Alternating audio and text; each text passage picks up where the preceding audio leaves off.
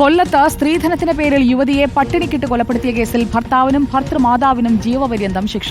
കരുനാഗപ്പള്ളി സ്വദേശി തുഷാരയാണ് മരിച്ചത്. ഭർത്താവ് പൂയപ്പള്ളി ചരുവിള വീട്ടിൽ ചന്തുലാൽ, ഭർത്തൃമാതാവ് ലാലി എന്നിവർക്കാണ് ശിക്ഷ വിധിച്ചത്. പട്ടിണിക്കിട്ട് കൊലപ്പെടുത്തുന്ന രാജ്യത്തെ ആദ്യത്തെ കൊലപാതകമാണിതെന്ന് കോടതി നിരീക്ഷിച്ചു. 2013 ചന്തുവിന്റെയും തുഷാരയുടെയും വിവാഹം. സ്ത്രീധനത്തുക നൽകാൻ പറ്റാതായതോടെ പീഡനം തുടങ്ങി. മാസങ്ങളോളം പട്ടിണിക്കിട്ടു. വെള്ളം പോലും കിട്ടാതെ തുഷാര മരിച്ചു. 2019 മാർച്ച് 21 തുഷാരയുടെ മരണം. മരിക്കുമ്പോൾ തുഷാരയുടെ ഭാരം 21 കിലോ ആയിരുന്നു. ആമാശയത്തിൽ ഭക്ഷണവസ്തുവിന്റെ അംശമില്ലായിരുന്നു എന്ന പോസ്റ്റ്മോർട്ടം റിപ്പോർട്ടിൽ തെളിഞ്ഞു.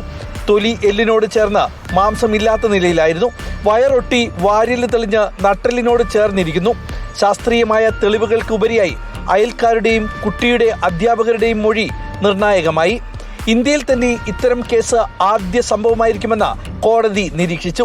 പ്രതികൾക്ക് പരമാവധി ശിക്ഷ നൽകണമെന്നും സമൂഹത്തിന് സന്ദേശം നൽകുന്നതാകണം വിധിയെന്നും പ്രോസിക്യൂഷൻ കോടതിയിൽ ആവശ്യപ്പെട്ടു. തീർച്ചയായിട്ടും കോടതി അതിൻ്റെ യഥാർത്ഥ വസ്തുതകൾ തിരിച്ചറിഞ്ഞുകൊണ്ട് പ്രതീക്ഷിച്ച വിധിയിലേക്ക് എത്തിയെന്നുള്ളതാണ് പ്രോസിക്യൂഷന്റെ അഭിപ്രായം. മകൾ അനുഭവിച്ച നരകയാതനയ്ക്കൊത്ത വിധി അല്ല എന്ന കുടുംബം.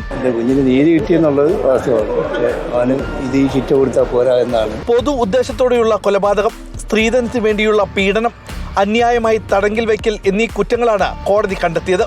പ്രോസിക്യൂഷന് വേണ്ടി അഡ്വക്കേറ്റ് KB മഹേന്ദ്രൻ ഹാജരായി. ജീവപര്യന്തത്തിന് പുറമെ 1 ലക്ഷം രൂപ പിഴയായും പ്രതികൾ അടയ്ക്കണം.